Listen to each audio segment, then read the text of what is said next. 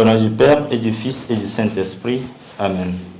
Viens, esprit de sainteté, viens, esprit de lumière, viens, esprit de feu, viens nous embraser. Évangile de Jésus-Christ selon saint Jean. En ce temps-là, les disciples de Jésus lui dirent: voici que tu parles ouvertement et non plus en images. Maintenant, nous savons que tu sais toutes choses et tu n'as pas besoin qu'on t'interroge. Voilà pourquoi nous croyons que tu es sorti de Dieu. Jésus leur répondit: maintenant, vous croyez. Voici que l'heure vient. Déjà, elle est venue, où vous serez dispersés chacun de son côté et vous me laisserez seul. Mais je ne suis pas seul, puisque le Père est avec moi.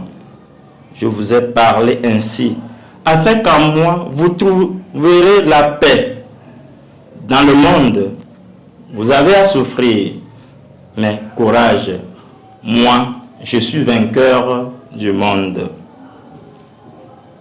Acclamons la parole de Dieu. Louange à toi, Seigneur Jésus.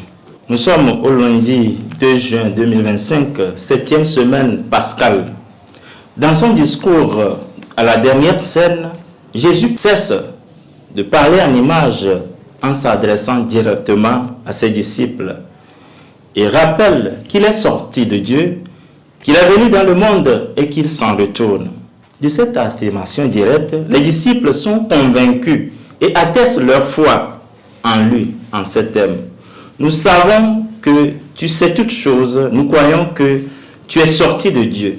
Jésus saisit l'occasion pour leur annoncer leur dispersion après son arrestation et son abandon. Heureusement que cette solitude se coupe immédiatement par la présence permanente du Père. Je ne suis pas seul, puisque le Père est avec moi.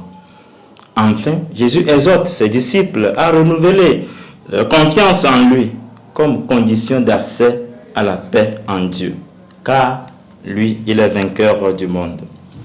L'Évangile nous exhorte à réaffirmer notre foi en Christ qui nous montre sa victoire sur le monde. Jésus nous avertit que la mission d'être son disciple dans le monde ne sera pas facile. Le monde aura la haine contre ses disciples. La mission de sortir le monde du malin des ténèbres sera une mission rude, un vrai combat. Cet avertissement ne doit pas nous pousser à démissionner, mais plutôt perçu comme une source de courage pour faire advenir le règne de Dieu dans le monde. C'est pourquoi nous devions nous engager au combat pour le bien.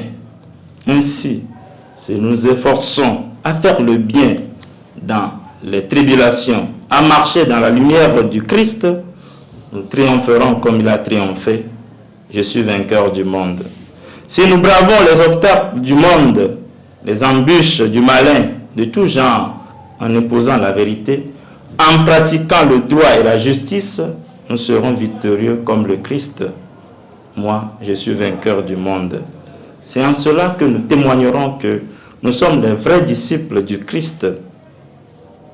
Nous serons aussi vainqueurs comme lui, aujourd'hui et dans les siècles des siècles.